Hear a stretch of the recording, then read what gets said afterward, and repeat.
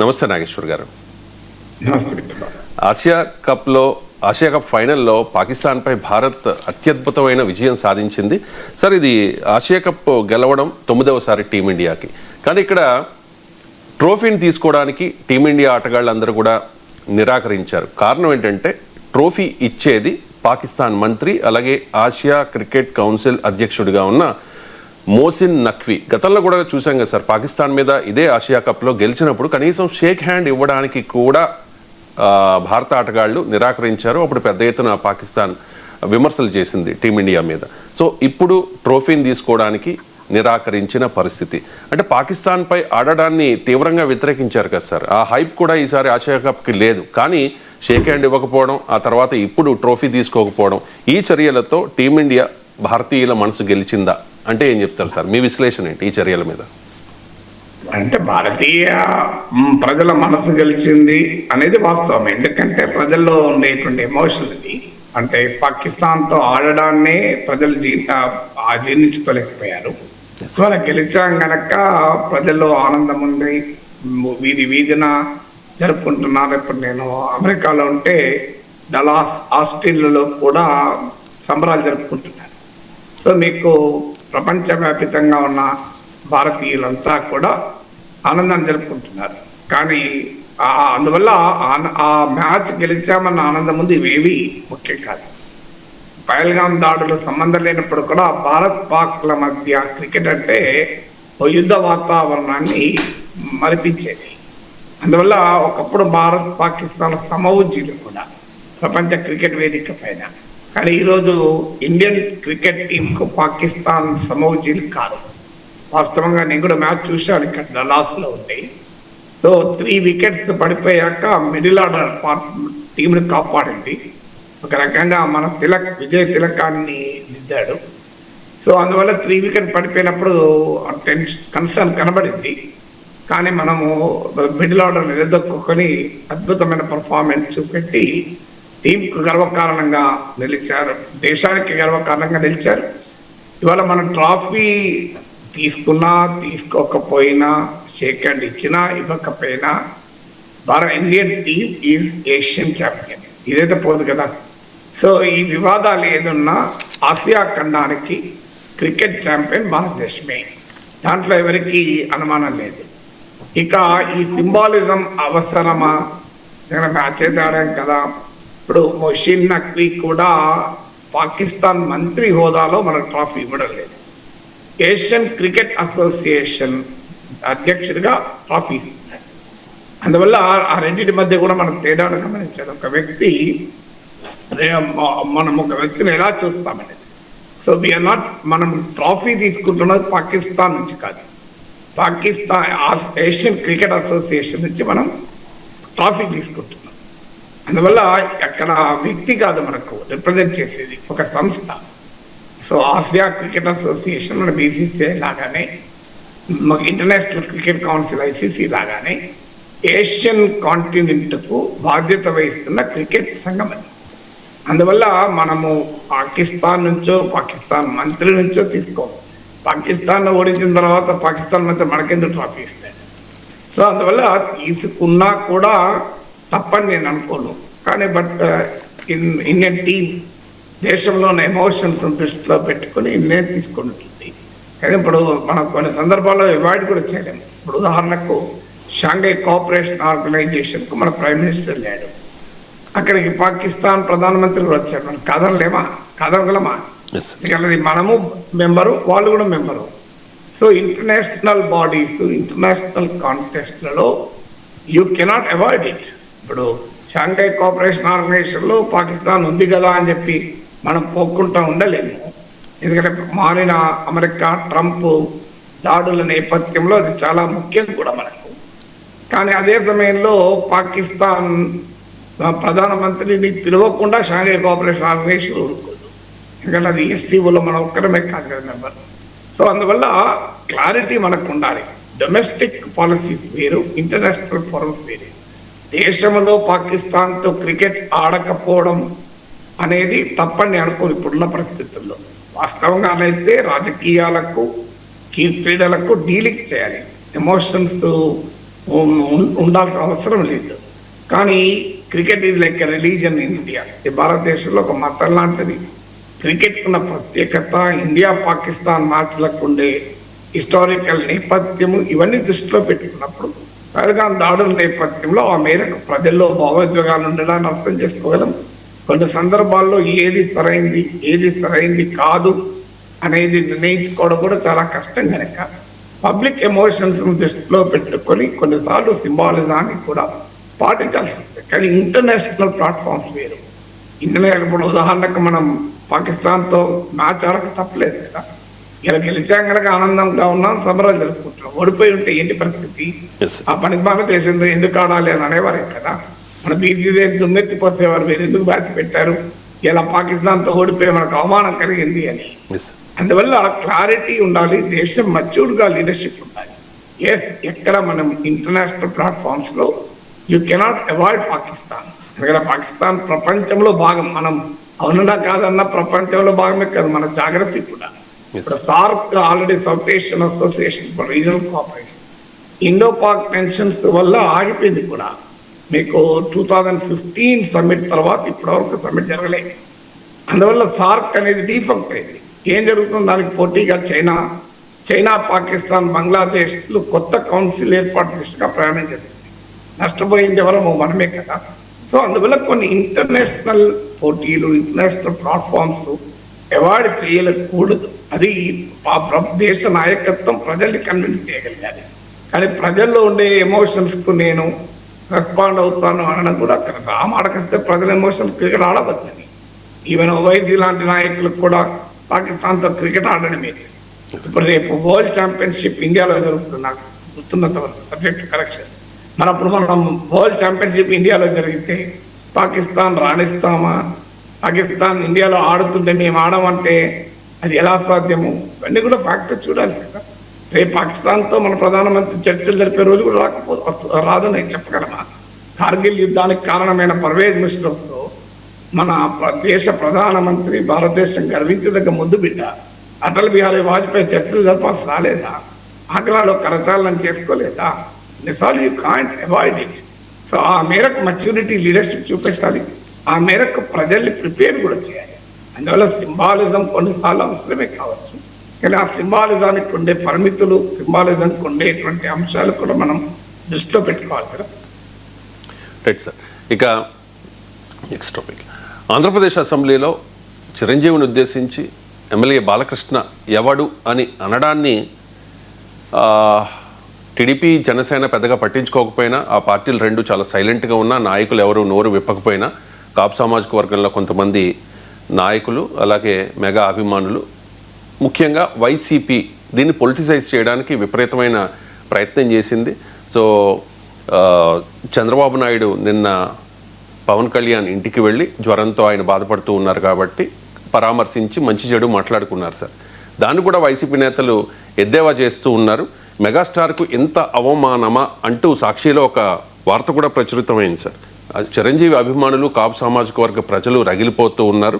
చిరంజీవిని బాలకృష్ణ అవమానించినప్పుడు సభలో ఉన్న చంద్రబాబు మాట మాత్రంగా కూడా నిలువరించకుండా మౌనం వహించారు. స్వయంగా చిరంజీవి స్పందించి లేఖ విడుదల చేసిన మౌనం వీడని సోదరుడు పవన్ గతంలో పలుమార్లు అనారోగ్యానికి గురైనా ఎప్పుడూ పరామర్శించలేదు చంద్రబాబు. ఇప్పుడు చంద్రబాబు రాగానే స్వయంగా ఎదురొచ్చి పుష్పగుచ్చంతో స్వాగతం పలికారు పవన్ కళ్యాణ్. జ్వరం నెపంతో హైదరాబాద్కు వెళ్ళిన చంద్రబాబు నాయుడుతో మంతనాలు. అన్న స్పందించిన తమ్ముడు నోరు విప్పకపోవడంపై కాపు సంఘాల నేతలు, చిరు అభిమానుల ఆగ్రహం. ఇది మరో రాజకీయ డ్రామానేనని రాజకీయ వర్గాల్లో చర్చ. చంద్రబాబుకు ఇబ్బంది వచ్చినప్పుడల్లా పవన్ కళ్యాణ్ అండగా నిలుస్తున్నారనే విమర్శలు అంటూ. సార్, వైసీపీ నాయకులు మాత్రం రీసెంట్గా పేరు నాని కూడా మాట్లాడారు. ప్రతిరోజు కూడా సాక్షి పత్రికలో చిరంజీవికి మద్దతుగా, వైసీపీకి ఫేవర్గా సాక్షిలో కొన్ని కథనాలు కూడా వస్తూ ఉన్నాయి. ఇది కూడా చిరంజీవికి అవమానం జరిగిందంటూ ఈరోజు వచ్చిన కథనం. సార్, చిరంజీవికి మద్దతుగా వైసీపీ చేస్తున్న రాజకీయం ఫలిస్తుందా అంటే ఏం చెప్తారు సార్? రాజకీయంగా ఇది వైసీపీకి యూజ్ అవుతుందా? చిరంజీవికి అవమానమే కాదు, మరి జగన్ కూడా అవమానించాడు కదా బాలకృష్ణ. సైకో సార్, మరి జగన్ అవమానించినా పర్వాలేదు, చిరంజీవిని మాత్రం అవమానించకూడదు అంటున్నారా? నాకు అర్థం కాని విషయం. Of course YCP MLA Chandrasekhar అనుకుంటాను, ఎస్ సార్, ఈ జగన్ కూడా క్షమాపణ చెప్పాలి అని అన్నారు. ఎస్. కానీ బట్ ఏదైనా మనకు అర్థం కావాల్సింది ఇదర్ ఆల్ చీప్ పాలిటిక్స్. ఎందుకంటే నిజమే వైసీపీకి ఒక అడ్వాంటేజ్ వచ్చింది. చిరంజీవి పవన్ కళ్యాణ్ల మధ్య దూరము పెంచాలని చూసేది ఒక ఎత్తుగడ, పవన్ కళ్యాణ్కు చంద్రబాబు నాయుడుకు మధ్య దూరం పెంచాలన్నది రెండవ ఎత్తుగడ. గతంలో జూనియర్ ఎన్టీఆర్ పైన అనంతపురం ఎమ్మెల్యే నోటికొచ్చినట్టు మాట్లాడినప్పుడు కూడా వైసీపీ దీన్ని ఉపయోగించుకోవాలని చూసింది. అల్లు అర్జున్ పవన్ మెగా ఫ్యామిలీ మధ్య గ్యాప్ వచ్చినప్పుడు కూడా దాంట్లో తలదూర్చి ఉపయోగించుకోవాలని చూసింది. ఇదేమీ ఆశ్చర్యపడాల్సిన రాజకీయ పార్టీలు తమ ప్రత్యర్థి శిబిరాలకు ఇబ్బంది కలిగేటువంటి అంశాలు ఉన్నప్పుడు దాన్ని రాజకీయంగా తమకు అనుకూలంగా ఉపయోగించుకుంటారు. అందులో ఆశ్చర్యపడాల్సింది ఏమీ లేదు. You can understand that. కానీ ఇది పెద్ద రాజకీయంగా ఉపయోగపడుతుందా? ఇప్పుడు చిరంజీవిని కాపు సామాజిక వర్గం అని ప్రతిరోజు రాస్తున్నారు. చిరంజీవి కాపు సామాజిక వర్గానికి నాయకుడు కాదు, తెలుగు ప్రజలందరికీ అభిమానం అన్నట్టు. అఫ్ కోర్స్ కాపుల్లో చిరంజీవి అంటే ఎక్కువ అభిమానం ఉంటే ఉండవచ్చు. మన దేశంలో కులం వాస్తవం, అందులో ఆంధ్రప్రదేశ్లో కులం ఇంకా ఎక్కువ వాస్తవం. నేను పవన్ కళ్యాణ్ మాట్లాడింది మనం చూశాం కదా. నేను ఇప్పుడు అమెరికాలో ఉన్నాను, డలాస్లో కూడా మనం చూస్తాం. Pawan Kalyan OG cinema release అయితే పవన్ కళ్యాణ్ అభిమానులు థియేటర్ల ముందు డ్రెస్సులు వేసుకొని డాన్సులు చేశారు. నందమూరి బాలకృష్ణ సినిమా వస్తే ఇంకో వర్గం వాళ్ళు ముందుకు వస్తారు, కార్లలో పెద్ద ర్యాలీలు తీస్తారు. ఇక్కడ స్థానికంగా ఉండే వైట్ అమెరికన్స్కి అది చిరాగ్గా కూడా మారుతుంది. సో అందువల్ల కొంత సినీ నటులకు ప్రత్యేకంగా అభిమానులు ఉంటారు. సినిమా రాజకీయాలు కలిసిపోయి ఉన్నాయి కనుక వాళ్ళకు అభిమానులు ఉంటారు. అదే సమయంలో కాపు సామాజిక వర్గం కూడా ప్రత్యేకంగా చిరంజీవి పట్ల పవన్ కళ్యాణ్ పట్ల అభిమానాన్ని చూపవచ్చు, కాదని మనలేదు. మన దేశంలో ఆంధ్రప్రదేశ్ రాజకీయాలు మనకు తెలియదు కాదు కదా. తెలుగుదేశానికి మద్దతుగా మెజారిటీ కమ్మాసు, వైసీపీకి మద్దతుగా మెజారిటీ రెడ్డీసు ఏం చేసినా స్పందిస్తుంటారు కదా. అలాంటప్పుడు రాజకీయాల్లో, తెలుగు రాజకీయాల్లో సంఖ్యాబలం ఉండి శక్తి ఉండి గుర్తింపు లేని సామాజిక వర్గం కాపు సామాజిక వర్గం. అందువల్ల కాపు సామాజిక వర్గంలో ఆ రకమైన భావ వ్యక్తీకరణ జరగడం ఆశ్చర్యం కాదు. కానీ అందులో ఆంధ్రప్రదేశ్లో కాపులు విభజిత ఆంధ్రప్రదేశ్లోనైతే కనీసం ఒక 40 సీట్లలో ప్రభావం చూపగలిగిన ఒక బలమైన శక్తి. ఆంధ్రప్రదేశ్లో వైసీపీ ఘోర పరాజయానికి ముఖ్య కారణం చంద్రబాబు నాయుడు, పవన్ కళ్యాణ్, టీడీపీ, జనసేనలు కలవడమే కాదు, ఒక అన్నేచురల్ సోషల్ కోalition ఆంధ్ర రాజకీయాల్లో కనిపించింది. ఒక అసహజమైన సామాజిక సంబంధం, అంటే కమ్మ కాపులను కలపడం అనేది మామూలు విషయం కాదు. అందరికీ తెలుసు, పచ్చిగా మాట్లాడుకుంటాం అనొచ్చు. కానీ పవన్ కళ్యాణ్ అన్నప్పుడు నేనంటే తప్పేది లేదు కదా, కులం పిచ్చి ఆ మేరకు ఉంది అని. సో అందువల్ల ఆంధ్రప్రదేశ్లో కాపులకు రాజకీయ వ్యక్తీకరణకు చిరంజీవి, పవన్ కళ్యాణ్లు సింబాలిక్గా కనిపించడం తప్పని నేను రాష్ట్రంలో ఉన్న సామాజిక రాజకీయ నేపథ్యం రీత్యా చూసినప్పుడు. ఎందుకంటే 2014లో పవన్ కళ్యాణ్ టీడీపీతో కలిసి రావడం కాపు ఓటింగు కూటమికి అనుకూలంగా, ఆనాడు ఎన్డీఏకి అనుకూలంగా పడింది. 2019లో క్లియర్గా జగన్మోహన్ రెడ్డి బెనిఫిషరీ.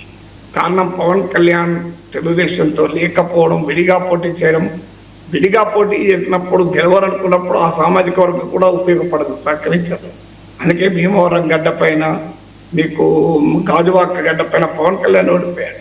నిజంగా కాపు సామాజిక వర్గం పూర్తి స్థాయిలో పవన్ కళ్యాణ్కు ఓటింగ్కు వచ్చి ఉంటే పవన్ కళ్యాణ్ ఎమ్మెల్యే అయ్యేవాడు 2019లో. అది ఆయనే చాలాసార్లు చెప్పాడు, సీఎం అని అనవసరంగా అంటారు, నన్ను ఎమ్మెల్యే కూడా గెలిపించలేదు అని. సో కాపులను ఉద్దేశించి కాదు, ఆయన అభిమానులను కూడా ఉద్దేశించి మాట్లాడాడు. అందువల్ల ఎప్పుడైనా ఎన్నికల్లో గెలుస్తాం అనుకున్నప్పుడే కులం ఉపయోగపడుతుంది, ఓడిపోతాం అనుకున్న కులం ఉపయోగపడుతుంది.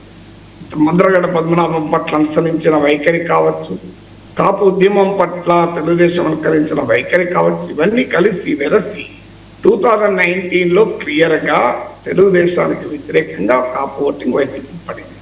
2024లో గేమ్ చేంజర్గా పవన్ కళ్యాణ్ టీడీపీతో కలవడం అనేది మళ్ళీ కాపు ఓటింగ్ కూటమి పడింది. అందువల్ల 2029లోనైనా కాపు ఓటింగ్ తమకు పడితే ఒక అన్నేచురల్ సోషల్ కోalition బ్రేక్ చేస్తే అది తమకు రాజకీయంగా ప్రయోజనం అనేది వైసీపీ ఎత్తుగడ. ఎందుకంటే రాజకీయాల్లో కులాన్ని ఒక ఆయుధంగా వాడుకుంటుంటారు. అందుకే ఈ బాలకృష్ణ అసెంబ్లీలో అన్న నాటి నుంచి దీన్ని కమ్మ కాపు వివాదంగా ప్రజెంట్ చేయాలి, కాపు సామాజిక వర్గానికి జరిగిన అవమానంగా ప్రజెంట్ చేయాలనేది వైసీపీ ఎత్తుగడ. అందులో భాగంగానే సాక్షిలో కథనాలు, అందులో భాగంగానే వైసీపీలో ఉన్న కాపు నేతలు ప్రయోగించడం కూడా. సో అందువల్ల ఈ రాజకీయం సహజమే, కానీ దీని ఎంత మేరకు ఉపయోగపడుతుంది అనేది నెక్స్ట్ క్వశ్చన్ వస్తుంది.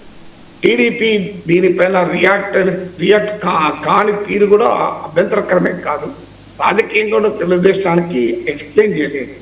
ఒకవైపు ఏమో నందమూరి బాలకృష్ణ, ఆయన ఏమన్నా అది చాలా పెద్ద ఇబ్బంది. ఇక్కడ చంద్రబాబు నాయుడుకు బావమరిది, లోకేష్కు మామ, ఫాదర్ ఇన్ లా ఇవన్నీ ఉన్నాయి. బాలకృష్ణ అభిమానులు, నందమూరి కుటుంబము, నారా కుటుంబముల మధ్య గ్యాప్ పెంచడానికి, చూపడానికి ప్రత్యర్థులు చేసే ప్రయత్నాలు, నందమూరి తారక రామారావు ప్రారంభించిన పార్టీని నారా కుటుంబంలో హైజాక్ చేసింది, ఇవన్నీ విమర్శలు మనకు తెలుసు కదా. ఎన్టీ రామారావుకు వెన్నుపోటు, ఇవన్నీ మళ్ళీ మొదటికి వస్తాయి. అందువల్ల బాలకృష్ణని ఏమీ అనలేదు అని చెప్పి ఊరుకుంటే, చిరంజీవి పైన బాలకృష్ణ చేసిన వ్యాఖ్యలు అంటే బాలకృష్ణ తెచ్చిన తంట అంతా ఇంత కాదు తెలుగుదేశాన్ని. చంద్రబాబు నాయుడు ఒక రకంగా caught between the devil and the deep blue sea అని ఇంగ్లీష్లో సామెత, ముందు ఈ వెనక అంటారు కదా. సో ఒక రకంగా ఇంగ్లీష్లో కరెక్ట్గా చెప్పాలంటే క్యాచ్ 22 సిచ్యువేషన్ అంటాడు. సో చంద్రబాబు నాయుడు ఒక రకంగా క్యాచ్ 22 సిచ్యువేషన్. బాలకృష్ణ పైన ఏమైనా అంటే రకరకాల, మళ్ళీ ఇదే సాక్షిలో అప్పుడు కథనాలు వస్తాయి. నందమూరి కుటుంబాన్ని చంద్రబాబు అవమానించడం కొత్త కాదు. ఎన్టీ రామారావు పైన తిరుగుబాటు, దగ్గుపాటి పురంధేశ్వరుని బయటికి పంపిన వైనం, హరికృష్ణతో పట్ల వ్యవహరించిన తీరు, జూనియర్ ఎన్టీఆర్తో వ్యవహరిస్తున్న తీరు, ఇప్పుడు సయాన బావమర్ది బాలకృష్ణతో జరిపారు కదా, మళ్ళీ రాస్తారు. సో అందువల్ల ఏమీ చేయలేదు. మరోవైపు చిరంజీవి పైన బాలకృష్ణ చేసిన వ్యాఖ్యలు ఖచ్చితంగా అభ్యంతరకరమే కాదు, తెలుగుదేశానికి నష్టం కూడా. ఆల్రెడీ జూనియర్ ఎన్టీఆర్కు టీడీపీకి మధ్య గ్యాప్ పార్టీకి ఇబ్బందికరంగా మారింది. అందులో చిరంజీవి మామూలు వ్యక్తి కాదు. చిరంజీవి కోట్లాది మంది తెలుగు ప్రజల అభిమాన నటుడు, ఆరాధ్య నటుడు. రాజకీయాల్లో ఆయన ఫెయిల్ కావచ్చు, ఆయన కంటిన్యూ కావచ్చు, ఫెయిల్ చేయడానికి నేను చెప్పలేను. ఆయన కంటిన్యూ అయ్యి ఉంటే సక్సెస్ కూడా అయ్యేవాడేమో. మొదటి ప్రయోగంలోనే మీకు 18 సీట్లు 71 లక్షల ఓట్లు తెచ్చుకున్నాడు. సో అందువల్ల చిరంజీవిని అనడం ద్వారా తెలుగుదేశం పార్టీకి బాలకృష్ణ తీవ్రమైన నష్టాన్ని కలిగించాడు. ఎందుకంటే చిరంజీవి కూడా చాలా స్పాంటేనియస్గా విదేశాల్లో నాకు కూడా స్పందించి ఆయన తెలంగాణలో ఓడింది కుల్లం కుల్లా అని. సో కుల్లం కుల్లా ఉన్నదిన్నట్లుగా చెప్పడం, ఇవన్నీ కూడా ఒక ఇష్యూస్గా మారా. అందులో జగన్మోహన్ రెడ్డి ముఖ్యమంత్రిగా తనకు సాధారణంగా ఆహ్వానించి గౌరవం ఇచ్చారనడం తెలుగుదేశానికి ఇంకా మింగుడు పడని అంశం. అంటే కామినేని శ్రీనివాస్ మాట్లాడిన చూసినా, బాలకృష్ణ మాట్లాడిన చూసినా, సినీ దిగ్గజాలని జగన్మోహన్ రెడ్డి అవమానించాడనే నరేటివ్ బిల్డ్ చేయదలుచుకున్నారు. ఆ నరేటివ్కు వైసీపీ కౌంటర్ ఇస్తే నమ్మకం ఉండదు, క్రెడిబిలిటీ ఉండదు. కానీ చిరంజీవి కౌంటర్ ఇచ్చే వరకు ఏం చెప్పాలో అడగే పరిస్థితి. అందువల్ల బెస్ట్ వే ఏమై ఉండేది, బాలకృష్ణ ద్వారా క్షమాపణ చెప్పి అయిపోయేది. ఎందుకంటే చిరంజీవి పట్ల నా గౌరవము, నా ఉద్దేశం జగన్ విమర్శించడం చిరంజీవిని కాదు, అలాంటి అభిప్రాయం వచ్చినందుకు నేను చింతిస్తున్నాను అంటే అయిపోయేది.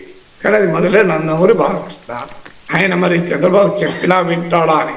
సభలో కూడా మీకు ఉపసభాపతి వారించలేదు, చంద్రబాబు నాయుడు వారించలేదు.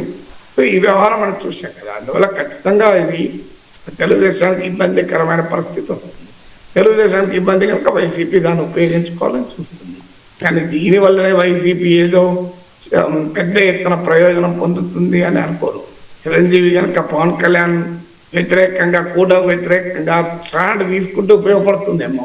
కానీ చిరంజీవి మళ్ళీ పవన్ కళ్యాణ్తో కలిసే ఉంటే వైసీపీకి ఇదంతా ఉపయోగం ఉంటుందా?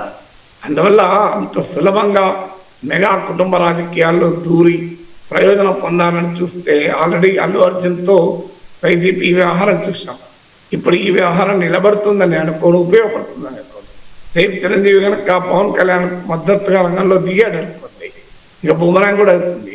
అందువల్ల రాజకీయాల్లో విజయానికి షార్ట్ కట్స్ వెతకడం కన్నా ప్రభుత్వంతో అసంతృప్తి చెందుతున్న ప్రజల్ని సమీకరించి ప్రజలు వ్యతిరేకించే విధానాలపైన ఫైట్ చేసి అసెంబ్లీకి కూడా వచ్చి ప్రతిపక్షంగా తన పాత్ర పోషించి జనం ఎప్పుడు పొందాలి తప్ప ఈ పొలిటికల్ షార్ట్ కట్ వల్ల ఉపయోగం వస్తుందని రైట్ సార్. ఇక నెక్స్ట్ దసరా దీపావళి పండుగలకు స్వదేశీ ఉత్పత్తులనే కొనండి అని చెప్పి మన్ కీ బాత్ కార్యక్రమంలో ప్రధాని మోదీ పిలుపునిచ్చారు సార్. ఇప్పటికే బీజేపీ నేతలు చెప్తూ ఉన్నారు కదా సార్, GST 2.0 రిఫార్మ్స్ వల్ల పెద్ద ఎత్తున ప్రజలు మార్కెట్లలోకి వచ్చి కొనుగోలు చేస్తూ ఉన్నారు అని చెప్పేసి. సో ట్రంప్ టారిఫ్స్ నేపథ్యంలో మోదీ స్వదేశీ పిలుపు ఇంపార్టెన్స్ ఏంటి అండ్ స్వదేశీ వస్తువులు కొనడం ద్వారా దేశ ఆర్థిక పరిస్థితి ఏ విధంగా పుంజుకుంటుంది? గుజరాత్లో సార్ నరేంద్ర మోడీయే ప్రతిష్టాత్మకంగా చేపట్టిన సర్దార్ పటేల్ స్టాచ్యూకు చైనా నుంచి స్టీల్ దిగుమతి చేస్తున్నారు. ఇది పత్రికల్లో వచ్చింది, మీరు కూడా మీడియాలో గూగుల్లో చెక్ చేయండి. Sardar Patel statue made with China steel అని వీలైతే ఇప్పుడు కూడా వెరిఫై చేయండి మాట్లాడేలోగా. మీకు చైనా స్టీల్తో దాన్ని కట్టారు మరి. సో దీనికి ఏం చెప్తాం మనం మరి? సో అందువల్ల మనకు అందులో చైనా స్టీల్, మళ్ళీ ఇంకా వేరే దేశం కూడా కాదు.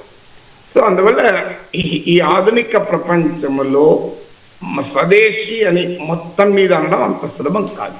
ఇవాళ మనం ఎగుమతులు చేస్తున్నాం, చాలా ఎగుమతుల్లో విదేశీ ఉంటుంది. ఇప్పుడు రష్యా నుంచి మనం ముడి చమురు దిగుమతి చేసుకుంటున్నాం కనుక ఆంక్షలు ఇస్తున్నారు. మరి స్వదేశీ చమురే వాడాలి అని అన్నాం అనుకోండి, 90% మన దిగుమతులపైన ఆధారపడుతున్నాం. మనము ఇంటర్నేషనల్ ట్రేడ్ అవాయిడ్ చేయగలమా? ఇప్పుడు ట్రంప్ కూడా స్వదేశీ అంటున్నాడు. సో ట్రంప్ ఏమంటున్నాడు? అమెరికా ఫస్ట్, నా దేశంలోకి వస్తే టారిఫ్లు విధిస్తా అంటున్నాడు. మరి భారతదేశం కూడా స్వదేశీ అంటుంది. తేడా ఏంటంటే ఏమంటాం ఆన్సర్. అందువల్ల ఖచ్చితంగా స్వదేశీని ప్రోత్సహించాల్సింది, కానీ అది సిద్ధాంత స్థాయికి మనం చేర్చలేము. ప్రజలు చైతన్యంతో చేయాల్సిన పని, కానీ అల్టిమేట్గా స్వదేశీయా విదేశీయా అన్న దానిపైన ఆధారపడి ఉంటుంది.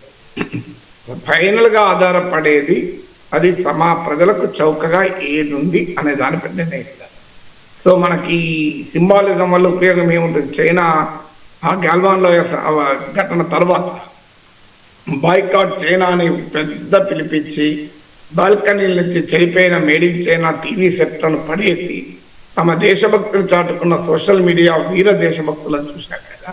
ఏం జరిగింది? ఇప్పుడు అదే మోడీ చైనాకి వెళ్ళి ఇద్దరు కలిసి పెద్ద ఎత్తున భారత చైనా ట్రేడ్ ఇంప్రూవ్ చేస్తున్న నిర్ణయానికి వచ్చారు. ఇవాళ China is the largest trading partner for India. So అందువల్ల మనకు ప్రాక్టికల్ రియాలిటీస్ ఏంటో అర్థం కావాలి. స్వదేశీ అనేది స్వాతంత్రోద్యమ కాలంలో సాధ్యమైంది, కానీ ఆధునిక సమాజంలో అది ప్రజలు చైతన్యంతో స్వదేశీ వస్తువులు కొనాలి అనడంలో తప్పలేదు. కానీ అదొక సిద్ధాంతంగా, ఒక ఆర్థిక విధానంగా రూపుదిద్దుకోవడం అనేది ప్రాక్టికల్గా జరగదు. ఎందుకంటే మనం కొన్ని ఎగుమతి చేస్తాం, కొన్ని దిగుమతి చేసుకుంటాం. ఇప్పుడు మన ఎగుమతులు కూడా పోవాలి కదా. మేము భారతీయ రొయ్యలు ఎందుకు తింటాం? అమెరికా తీరాన వచ్చిన రొయ్యలే తింటామని అమెరికా వాడంటే మన ఆక్వా ఎగుమతులు ఉంటాయా? అందువల్ల గివ్ అండ్ టేక్ ఉండక తప్పదు ఇంటర్నేషనల్ ట్రేడ్. ఇది నిజంగా మరి ఇప్పుడు మోడీ ఇంత స్వదేశీ అంటున్నాడు, ఎంత హిపోక్రసీ ఆశ్చర్యం వేస్తుంది. ఆగస్టు 15న రైతుల ప్రయోజనాల కొరకు మోడీ గోడగా నిలబడతాడు. మోడీ హైతో ముమ్కిన్ హై అన్నారు. ఇది ఆగస్టు 15న ఎర్రకోట బురుజుల నుంచి దేశ ప్రజలందరినీ ఉద్దేశించి నరేంద్ర మోడీ చేసిన ప్రసంగం. సరిగ్గా 3 రోజుల్లో ఆగస్టు 18న మినిస్ట్రీ ఆఫ్ ఫైనాన్స్ పత్తి, కాటన్ దిగుమతుల పైన ఉన్న 11% డ్యూటీని ఎత్తివేశారు. ముందు సెప్టెంబర్ 30th వరకు, ఇప్పుడు డిసెంబర్ 31st వరకు. మరి ఇది విదేశీయా స్వదేశీయా? అంటే నినాదమేమో స్వదేశీ, పత్తి రైతుల నడుము విరగొడుతూ విదేశీ పత్తికి దేశం ఎకానమీని బారుగా తెరిచారు.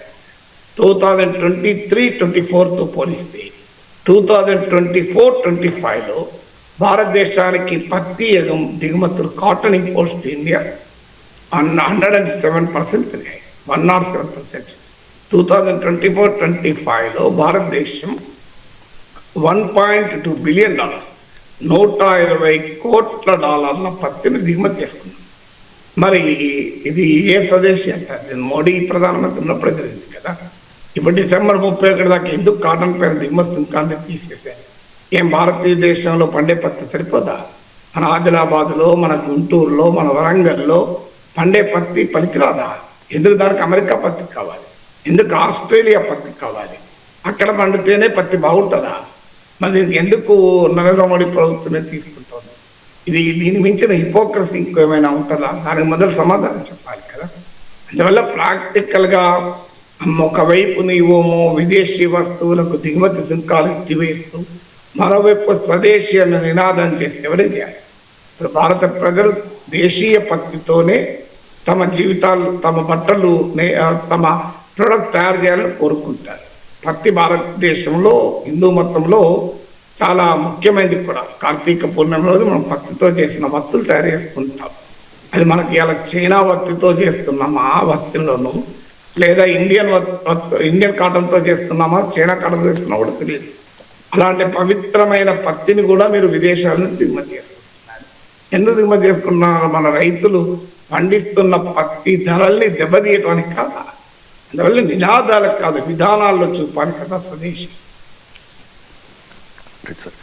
ఈ మధ్య కొన్ని వార్తలు వచ్చాయి కదా సార్, ఆయుధాలు వదిలేయడానికి మావోయిస్టులు సిద్ధమయ్యారంటూ. కానీ మావోయిస్ట్ పార్టీ ఎక్కడ కూడా అఫీషియల్గా ఏమీ అనౌన్స్ చేయలేదు. కానీ అమిత్ షా గతంలోనే చెప్పారు, నక్సల్స్ రహిత భారత్ మార్చ్ 31, 2026 కల్లా దేశంలో నక్సలైట్లు ఉండరు అని చెప్పేసి. రీసెంట్గా అమిత్ షా మరో ప్రపోజల్తో ముందుకు వచ్చారు సార్. కాల్పుల విరమణ కుదరదు, మావోయిస్టులు ఆయుధాలు వదిలేసి లొంగిపోవాలి, ఆయుధాలు వదిలేస్తే ఒక్క తోట కూడా పేల్చం, లొంగిపోయే వారికి రెడ్ కార్పెట్ స్వాగతం పలుకుతామంటూ అమిత్ షా స్పష్టం చేశారు సార్. అండ్ అభివృద్ధిని ఈ రెడ్ టెర్రర్ అనేది అడ్డుకుంటోంది అని కూడా కామెంట్ చేసిన పరిస్థితి సార్. అంటే అమిత్ షా ప్రపోజల్ మీద మీ కామెంట్ ఏంటి సార్? అంటే మావోయిస్ట్ పార్టీ ప్రకటన చేయలేదని నిజం కాదు. ముందు అబ్బాయి అని మల్లోజుల వేణుగోపాల్ అంటారు, పార్టీ పొలిట్ బ్యూరో సభ్యుడు. ఆయన ఒక లేఖను విడుదల చేశాడు. అంటే పొలిట్ బ్యూరో పార్టీ ఆలోచిస్తోంది ఆయుధాలు వదలటానికి, సాయుధ పోరాట పంతాను మారిన ప్రపంచ పరిస్థితులు, దేశ పరిస్థితి నేపథ్యంలో వదులుకున్నాము అని ఆయన పేరిట ఒక లేఖ విడుదలైంది. ఆ లేఖ ఎంత నిజము అనే చర్చ కూడా జరిగింది. తర్వాత సిపిఐ మావోయిస్ట్ పార్టీ అధికారికంగా ఒక ప్రకటన విడుదల చేసింది. అంటే ఈ లేఖ అబద్ధం అని చెప్పలేదు, అది ఆయన వ్యక్తిగత అభిప్రాయము. పార్టీ సాయుధ పోరాట పంతాను వదలడం లేదు అని. అభయ్ పేరిట విడుదలైన ప్రకటనలో కూడా ఒక అనుమానం నాకు ఆ రోజు కూడా వచ్చింది. ఏంటి అనుమానం అంటే, ప్రధానమంత్రి నరేంద్ర మోడీ, హోంమంత్రి అమిత్ షా, దేశంలో చాలామంది ముఖ్యమంత్రులు మావోయిస్టు ప్రభావిత ప్రాంతాల ముఖ్యమంత్రుల విజ్ఞప్తుల మేరకు దృష్టిలో పెట్టుకొని ఈ నిర్ణయం తీసుకుంటున్నాం అంటున్నారు. మావోయిస్టు పార్టీ అట్లా తమ దృష్టిలో, వాళ్ళ భాషలో చెప్పాలంటే దళారి బూర్జువా వర్గం అంటారు పాలకవర్గాన్ని. దళారి బూర్జువా వర్గం నాయకులు ఆదేశిస్తే, వాళ్ళు విజ్ఞప్తి చేస్తే మావోయిస్టు పార్టీ ఆయుధాలు వదిలేస్తుందా? ఏదో ప్రజలు కోరుకుంటున్నారు, పౌర స్పందన వేదిక కోరుకుంటున్నారు, మేధావులు కోరుకుంటున్నారని చెప్తే ఊహించచ్చు. కానీ మోడీ అమిత్ షాలు పిలిపించారు కనుక మేము వదులుకుంటున్న ఆయుధాలను ఏ మావోయిస్ట్ పార్టీ కూడా అనదు. సో మరి ఆ అభయ్ పేరిట వచ్చిన ప్రకటనలో ఆ తేడా ఉంది. ఇప్పుడు బీజేపీ ప్రభుత్వం వేరు, కాంగ్రెస్ ప్రభుత్వాలు ఇతర ప్రభుత్వాలు వేరు. ఇతర ప్రభుత్వాలకు బీజేపీకి ఉన్న ప్రత్యేకత ఏంటంటే దేర్ ఐడియాలజికల్ అపోనెంట్స్. మిగతా వారికి ఇది ఒక రాజకీయ సమస్య కావచ్చు, ఈవెన్ లా అండ్ ఆర్డర్ ప్రాబ్లంగా కూడా చూడొచ్చు. కానీ భారతీయ జనతా పార్టీకి ఇది ఒక సైద్ధాంతిక పరమైన అంశం. ఎందుకంటే మేము ఉస్మానియాలో చూసాం, అఖిల భారత విద్యార్థి పరిషత్ ఏబీవీపీ ఆర్ఎస్ఎస్ అనుబంధ విద్యార్థి సంఘానికి మావోయిస్టుల ఆనాటి పీపుల్ ద్వారా అనుబంధ విద్యార్థి సంఘం రాడికల్ విద్యార్థి సంఘానికి మధ్య ఘర్షణలు చూసాం. నాకు ఇప్పటికి గుర్తు, బీజేపీ ప్రముఖ నాయకుడు మురళీధర్ రావు, ఆనాడు యూనివర్సిటీలో ఏబీవీపీ నాయకుడు మురళీధర్ రావు పైన జరిగిన హత్యా ప్రయత్నం కూడా, నేను ఏ హాస్టల్లో నేను ఒకే హాస్టల్ ఉండేవాళ్ళం. సో నేను టీ తాగి లోపల టిఫిన్కి వెళ్ళాను, ఆయన టిఫిన్ చేసి టీ తాగి బయటకు వచ్చాడు. సో అలా నేను ఆ సంఘటన జరిగిన సమయంలో ఆ ప్రాంతంలో కూడా ఉన్నాను. సో అందువల్ల ఇవన్నీ చూసాం మేము. అందువల్ల ఆర్ఎస్ఎస్ సంఘ్ పరివారకు భారతీయ జనతా పార్టీకి మావోయిస్టు ఒక ఐడియాలజికల్ రైవల్స్. అందువల్ల బీజేపీ ప్రభుత్వం అంత తొందరగా మావోయిస్టు పార్టీ ఇచ్చే శాంతి సంకేతాలకు రియాక్ట్ అవుతుంది అనుకోదు. అందువల్ల ఇవాళ అమిత్ షా ప్రకటన అందుకు అనుగుణంగానే ఉంది. సో మేము కాల్పుల విరమణ జరిపే ప్రసక్తి లేదు. వాళ్ళు ఆయుధాలు వదిలేస్తే తూటాలు పేలవు. ఆయుధాలు వదిలేస్తే తూటాలు దుఃఖిస్తాయి. కామన్ సెన్స్ కదా. సిపిఐ పైన, సిపిఎం నాయకుల పైన కేంద్ర ప్రభుత్వ తూటాలు ఏమి పేరడం లేదు కదా. సో తూటాలు పేలుతాయి. సో అందువల్ల తూటాలు దానికి ఆయుధాలు వదిలేస్తే చర్చ జరుపుతాం, ఆయుధాలు వదిలేస్తే తూటాలు ఇవన్నీ అండర్స్టూడ్ కదా. ఆయుధాలు పట్టుకున్న కనుక చర్చ జరుపుతున్నాం. కానీ నా పాయింట్ ఏంటంటే దీన్ని ఒక లా అండ్ ఆర్డర్ ప్రాబ్లంగా మాత్రమే కేంద్ర ప్రభుత్వం చూస్తుంది. ఇప్పటికీ 6 దశాబ్దాల నక్సల్బరీ మొదలై చారు మజుందార్ నాయకత్వంలో వ్యక్తిగత హింసావాదాన్ని విధానంగా ఎంచుకొని వర్గశత్రుల రక్తంతో ఈ భూమిని ఎరుపెక్కిస్తామని మొదలైన తుపాకీ కొట్టం ద్వారానే రాజ్యాధికారం వస్తుందని నమ్మి బయలుదేరిన నక్సలిజం 6 దశాబ్దాలే. వారు సాధించిన విజయము ఏమీ లేదు, ప్రభుత్వం సాధించిన విజయం ఏమీ లేదు. కానీ వందలాది మంది అమాయకులు మాత్రం ప్రాణాలు కోల్పోయారు. సాధారణ ప్రజలు కోల్పోయారు, పోలీసులు కోల్పోయారు, మావోయిస్టులకు కూడా తీవ్రమైన నష్టం జరిగింది. ఇటీవల వాళ్ళ అఖిల భారత ప్రధాన కార్యదర్శి నంబాల కేశవరావు కూడా మరణించారు ఎన్కౌంటర్లో. చాలామంది మావోయిస్ట్ పార్టీ కేంద్ర కమిటీ సభ్యులు, పోలిట్ బ్యూరో సభ్యులకు కూడా దెబ్బతింటున్నారు. సో అందువల్ల మావోయిస్ట్ పార్టీ అర్థం చేసుకోవాలి, ఈ సాయుధ పోరాట పంతా ఆధునిక సమాజానికి, ఆధునిక ప్రపంచానికి ఉపయోగపడే నినాదం కాదు. కానీ అందుకు సిద్ధంగా వాళ్ళు లేరు. వాళ్ళ విధానాలు మార్చుకోవటానికి, వాళ్ళు ప్రజా ఉద్యమ స్రవంతిలోకి వచ్చి సాధారణ ప్రజాస్వామిక రాజకీయాల్లో ప్రవేశించడానికి వాళ్ళు సిద్ధంగా లేరు. కానీ మా ప్రభుత్వానికి అర్థం కావాల్సిందంటే వాళ్ళు సిద్ధాంతాలు మార్చుకొని వస్తేనే అంటే నడవదు. ప్రజలు ప్రజాస్వామ్యంలో ప్రజలు ఎన్నుకున్నారు కేంద్రానికి.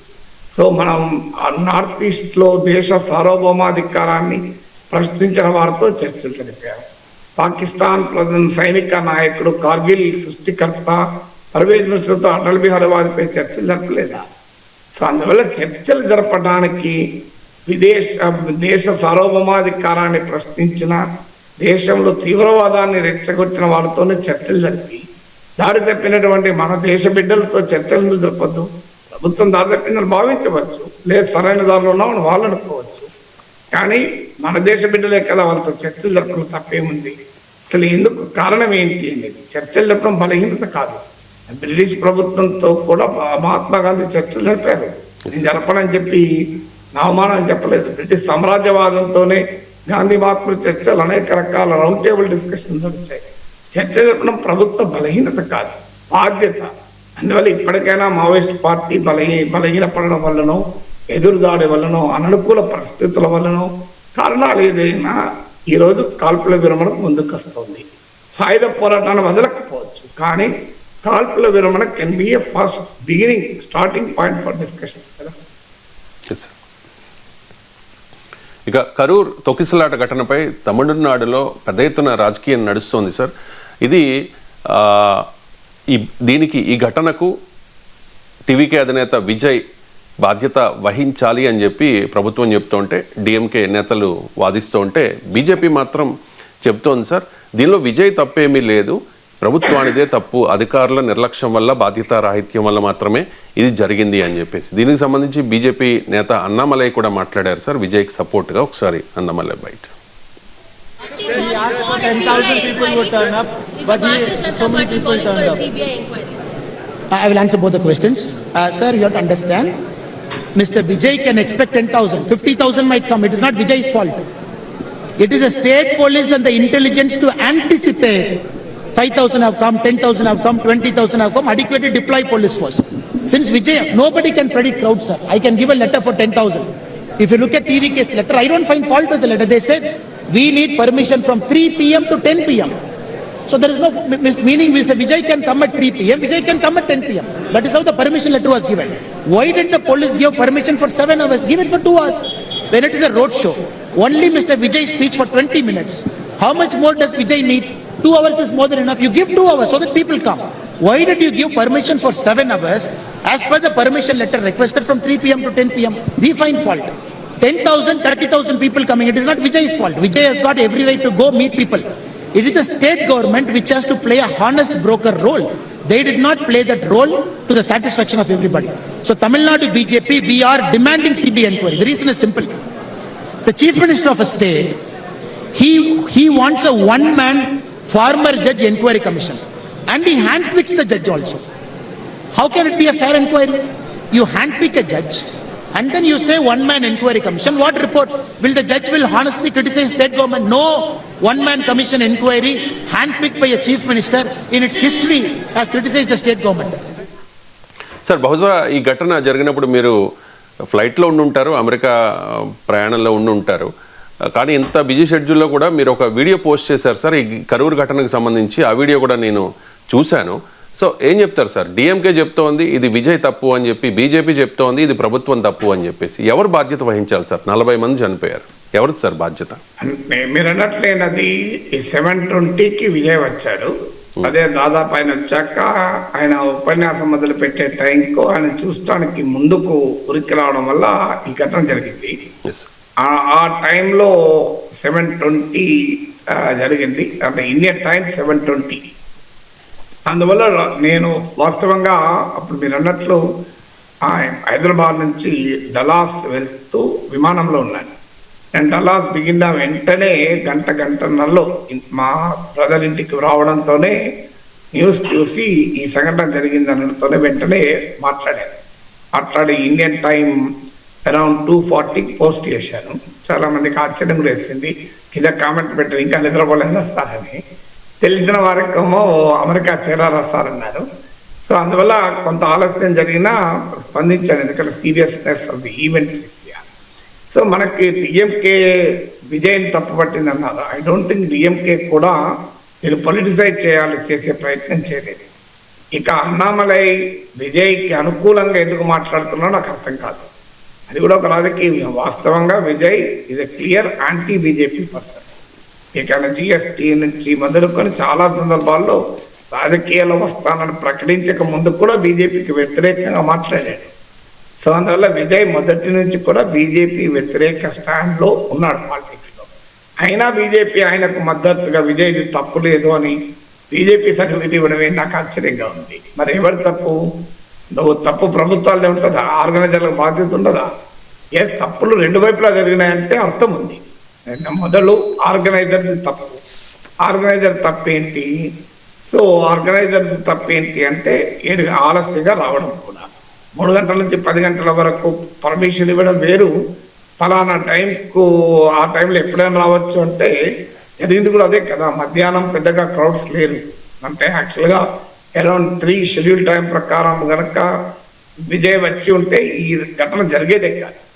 ఈవినింగ్ వచ్చే వరకు ఇంకా లేట్ కావడం వల్ల ఆ ఉద్యోగాలు చేసుకునే వాళ్ళు, ఆఫీస్ నుంచి వచ్చే వాళ్ళందరూ కూడా వచ్చారు. చెట్లు పైకెక్కి చూశారు, మా కరెంటు స్తంభాలు ఎక్కి విజయ్ దర్శనం కొరకు తాతలాడారు, ట్రాన్స్ఫార్మర్లు ఎక్కి చూశారు, రూఫ్ టాప్ల మీద చూశారు. సో భారీగా ఉన్నారు. సో అందువల్ల విజయ్కి తెలియదు మరి తనకున్న ప్రజాబలం ఇలాంటిది అని. ఒక సినిమా యాక్టర్గా తనకున్న ప్రజాబలాన్ని రాజకీయంగా ఉపయోగించుకోవాలని భావించినప్పుడు, రాజకీయంగా కన్వర్ట్ చేయాలని భావించినప్పుడు ప్రజల పట్ల అకౌంటబిలిటీ కూడా ఉంటుంది. రోడ్ షోలు నిర్వహించేటప్పుడు సినిమా యాక్టర్లు, ఇప్పుడు మన అల్లు అర్జున్ రోడ్ షో అప్పుడు కూడా చూసినాం. సో అవసరమైతే రోడ్ షోలు అవాయిడ్ చేసి ఒక బహిరంగ ప్రదేశంలో తన సభ జరుపుకోవచ్చు. అయితే బహిరంగ ప్రదేశానికి మరి ప్రభుత్వం అనుమతి ఇవ్వకపోతే తప్పవుతుంది ఖచ్చితంగా. కానీ నువ్వు ఒకసారి రోడ్ షోకు అనుమతి అడిగా, అనుమతి ఇవ్వకపోతే చూడండి రాజకీయంగా నన్ను దెబ్బతీయడానికే అనుమతి ఇవ్వట్లేదు. ఎందుకంటే విజయ్ తన లక్ష్యము డిఎంకే పైన గురిపెట్టాడు. ఎందుకంటే ఆయన డిఎంకే రాష్ట్రంలో అధికారంలో ఉంది కనుక ఆయన సహజంగానే డిఎంకే పై తన పోరాటం మొదలుపెట్టాడు. సో ఈ ర్యాలీకి ఆంక్షలు కూడా మొదట్లో ప్రభుత్వం పెడితే తను రాజకీయంగా అణచివేసేందుకే, తనను అభిమానులను కలవకుండా ఉండేందుకే కావాలని డిఎంకే భయపడి పనిచేస్తుందని విమర్శించాడు కూడా. సరిగ్గా ఇప్పుడు ఆయన చేసిన విమర్శలే అన్నామలై చెప్తున్నాడు. So he has every right to go to meet his supporters. నిజమే, but when you meet the supporter you have an every responsibility to protect the life of your own supporters కదా. నిజమే, తన మద్దతుదారులను కలుసుకునే హక్కు విజయ్కి ఖచ్చితంగా ఉంది. కానీ తన మద్దతుదారులు చావకుండా కాపాడాల్సిన బాధ్యత లేదా? అందువల్ల విజయ్కి తప్పే లేదు, మేము ఆ ఇష్టం వచ్చినట్టు జనం వస్తాం, మా ఇష్టం వచ్చినట్టు రోడ్ షోలు జరుపుతాం, పోలీసులు ఏం చేస్తున్నారు, పోలీసులు ఏం చేయగలుగుతారు? మీరు పర్మిషన్లు ఇవ్వకపోతే రాజకీయంగా అణచివేశారన్నారు. ఏ పోలీస్ అయినా యాంటిసిపేట్ ఎలా చేస్తుందని మీరే అంటున్నారు, అమలే అంటున్నాడు. ఎలా యాంటిసిపేట్ చేయనప్పుడు ఎలా ఏర్పాటు చేస్తున్నారు చెప్పండి? యాంటిసిపేట్ చేస్తేనే కదా ఇంటెలిజెన్స్ ద్వారా సమాచారం సేకరించి ఎంతమందిని, అంటే విజయ్కి తెలియదు, ఇంటెలిజెన్స్ తెలిస్తే ఎంతమంది వస్తారని. ఇప్పుడు ఆర్గనైజ్ చేసే వాళ్ళకి తెలుస్తుంది కదా. ఇప్పుడు మీరు పెళ్లికి ఎవరో పిలుస్తారు, నువ్వు పెళ్లికి ఎవరెవరు పిలిచినావు, ఎంతమంది సెలబ్రిటీలు పిలిచావు, ట్రాఫిక్ జామ్ అవుతుందా కాదా, ఇంటి దగ్గర స్పేస్ ఉంటుందా, పార్కింగ్ నీకు వెళ్తే తప్ప ట్రాఫిక్ పడుదల తెలియదా అంటే ట్రాఫిక్ పడుదల ఏం చేస్తాడు? టీవీకి విజయ్కి మొదలు తెలవాలి కదా. ఆయన 10,000 మంది వస్తారని ఆయన రాసిచ్చాడు, 27,000 మంది వచ్చారని ఇవాళ హిందూ సంపాదకీయంలో చదివాను. సో అందువల్ల 10,000 మంది వస్తారనుకుంటే 27,000 మంది వస్తే 3 times ఎక్కువ క్రౌడ్ వచ్చింది. అలాంటప్పుడు ఎస్టిమేషన్ విజయ్ 10,000 మందికి ఎందుకు అనుమతి తీసుకోవాలి? ఎక్కడికి ఎక్కువ మందికి అనుమతి తీసుకోండి. సో 20,000 వస్తారు, 30,000 వస్తారు అని తీసుకొని ఎక్కువ మంది పర్మిషన్ చేసి తక్కువ మంది వస్తే తప్పలేదు. కానీ నువ్వు 10,000 మంది తీసుకొని నాకు 30,000 మంది వస్తారు, నీకు తెలియదా, పోలీసులు తెలియదా, ఇంటెలిజెన్స్ తెలియదా అంటే ఇంటెలిజెన్స్ వాళ్ళు ఎలా ఖచ్చితంగా అంచనా వేయగలుగుతారు? ఎవరి తరమైన అవుతుందా? అందువల్ల విజయ్ది తప్పు లేదు అని బీజేపీ సర్టిఫికేట్ ఇవ్వడం ఆశ్చర్యంగా ఉంది. ఎందుకు ఉంది అంటే బీజేపీ వ్యతిరేక విజయ్. బట్ ఎందుకు అంటున్నాడంటే తన ప్రత్యర్థి అయిన డిఎంకేని విమర్శిస్తున్నాడు. సో రాజకీయంగా ప్రత్యర్థి మిత్రుడు కదా. సో డిఎంకేని వ్యతిరేకిస్తున్నాడు కనుక విజయ్ సపోర్టర్స్ ఏమైనా తమకు ఓటు వేస్తారేమో అని బీజేపీ అంచనా. గతంలో రజనీకాంత్తో కలిసి రాజకీయం చేయాలని చూశారు, రజనీకాంత్ పార్టీ పెట్టలేదు. ఇప్పుడు విజయ్తో కలిసి కూడా రాజకీయం చేయాలని బీజేపీ ఆలోచిస్తుంది. ఈవెన్ ఏడీఎంకే కూడా విజయ్తో పొత్తు పెట్టుకోవాలని చూసింది. కానీ విజయ్ ఎవరితోనూ పొత్తు పెట్టుకోవడం అన్నాక ఏడీఎంకే బీజేపీ కూడా కలిసింది. రేపు ఒకవేళ ఈ హంగ్ లాంటిది వస్తే, ఏ పార్టీకి మెజార్టీ రాకపోతే విజయ్ని కూడా కలుపుకొని ప్రభుత్వం ఏర్పాటు చేయాలని బీజేపీ వ్యూహం కావచ్చు. సో అందువల్ల ఈ రాజకీయ వ్యూహాలతో అంటున్న మాటలు, అందువల్ల విజయ్ది ఆర్గనైజర్గా ఆయనకు బాధ్యత ఉంది, ఖచ్చితంగా ప్రభుత్వానికి కూడా బాధ్యత ఉంది. ఎందుకంటే పోలీస్ యంత్రాంగం క్రౌడ్ మేనేజ్మెంట్లో ప్రొఫెషనల్లీ ట్రైన్డ్. మీకు విజయ్ ట్రైన్డ్ కాదు. సో ఆ రోడ్డుకు ఉన్న క్యారింగ్ కెపాసిటీ ఎంత, రోడ్ షోను అనుమతించాలా, డైరెక్ట్గా బహిరంగ సభ పెట్టుకోమని చెప్పాలా, బహిరంగ సభకు కూడా ఓపెన్ ప్రదేశంలో ఎందుకు పెట్టుకోకూడదు, క్రికెట్ ప్రాంతంలో రోడ్ షోలు ఎందుకు పెట్టాలి, ఈ విషయంలో ప్రభుత్వాలు కూడా ఖచ్చితంగా తప్పు పట్టాల్సిందే. ఎందుకంటే కనీసం అక్కడ మెడికల్ అంబులెన్సెస్ లేవు, ఫస్ట్ ఎయిడ్ సదుపాయాలు లేవు, ఇవన్నీ కూడా మనం చూసిన ఈవెన్ వాటర్ ఫెసిలిటీ కూడా లేదు అని. సో మీకు అందువల్ల ఖచ్చితంగా విజయ్కి హక్కు ఉంది ప్రజాస్వామ్యంలో తన అభిమానులను, తన మద్దతుదారులను కలవాలని ఒక రాజకీయ నాయకుడు ప్రయత్నం చేయడం నేరం కాదు. దానికి తగ్గట్టు ఏర్పాట్లు చేయాల్సిన బాధ్యత నిర్వాహకులపై ఉంటుంది. ఆ ఏర్పాట్లను పరిశీలించి ప్రజల ప్రాణాలకు రక్షణ కల్పించాల్సిన బాధ్యత ప్రభుత్వానికి. అందువల్ల ఇందులో ఎవరు ఒక్కరిని బ్లేమ్ చేయడం కరెక్ట్ కాదు, తప్పు ఇద్దరి వైపు నుంచి కూడా ఉంది. కనుక ఇద్దరు కూడా ఇక ముందేనే ఇలాంటి జరగకుండా చూడాలి. అయితే ఎన్నికలున్నాయి నెక్స్ట్ తమిళనాడులో నెక్స్ట్ ఇయర్ కనుక, ఆ ఎన్నికల్లో విజయ్ తనకు ప్రత్యర్థి కనుక ఒకరు డిఎంకే కాస్త ఆచితూచి వివరిస్తుంది. ఎందుకంటే రేపు ఇది విజయ్ అభిమానులు ఓటర్లు కూడా తన వ్యతిరేకంగా ఉండపోకూడదు అని, మరో రేపు భవిష్యత్తులో అవసరం వస్తే విజయ్ ఉపయోగపడతాడేమోనని బీజేపీ కూడా డిఎంకే పై విజయ్ పోరాటం కనుక విజయ్కి క్లీన్ చిట్ ఇచ్చేటువంటి ప్రయత్నం చేస్తున్నారు. ఇక ఫైనల్గా విదేశాల గురించి ఇంకెన్నాళ్ళు మాట్లాడుకుంటాం. న్యూయార్క్ను మరిపించేలా ఫ్యూచర్ సిటీ నిర్మాణం ఉంటుంది అంటూ ఉన్నారు సార్ రేవంత్ రెడ్డి. ప్రపంచం అబ్బురపడేలా ఫ్యూచర్ సిటీని నిర్మిస్తాం, ఇకపై పాలన ఫ్యూచర్ సిటీ నుంచే ఉంటుంది, నెలలో 3-4 రోజులు నేను అంటే రేవంత్ రెడ్డి భట్టి ఇక్కడే ఉంటాము అని చెప్పి ఆయన చెప్తున్న పరిస్థితి సార్. 10 ఏళ్ల పాటు అవకాశం ఇస్తే ఫార్చ్యూన్ 500 కంపెనీలను ఇక్కడికి రప్పిస్తామంటూ ఉన్నారు రేవంత్ రెడ్డి. సార్ ఈ ఫ్యూచర్ సిటీని చూపించి 10 ఏళ్ల పాటు అధికారంలో ఉండగలుగుతారా రేవంత్ రెడ్డి? ఏం చెప్తారు సార్? మొదటి పాయింట్, మనకు ఇవి చాలాసార్లు విన్నాం. కరీంనగర్ను లండన్గా మారుస్తామనో లేకుంటే ఇంకేదో మారుస్తామని, అలాగే అమరావతిని సింగపూర్ లాగా తీర్చిదిద్దుతామని, లండను మీకు ఇవన్నీ న్యూయార్క్లో ఇప్పుడు ఫ్యూచర్ సిటీ న్యూయార్క్ వచ్చింది. మొదలు నువ్వు హైదరాబాద్ లాగా బతకనిస్తే మీకు అన్నీ వస్తాయి తర్వాత. సో ఈ రంగుల కళలు చూపెట్టడం మానేయాలి రాజకీయ నాయకులు. ఫ్యూచర్ సిటీ కట్టడం ఆహ్వానించాలి. ఎందుకంటే శాటిలైట్ సిటీస్ నిర్మాణం చాలా అవసరం. శాటిలైట్ సిటీస్ నిర్మాణం ఎందుకు అవసరం అంటే మీరు ఎక్కడైనా చూడండి. నేను డలాస్లో ఉన్నాను. డలాస్ ప్రాపర్ డలాస్లో కాదు, ఫ్రిస్కోలో ఉన్నాను. ఫ్రిస్కోలో మీట్ అండ్ గ్రీట్ ప్రోగ్రాంలో కూడా పాల్గొన్నాను.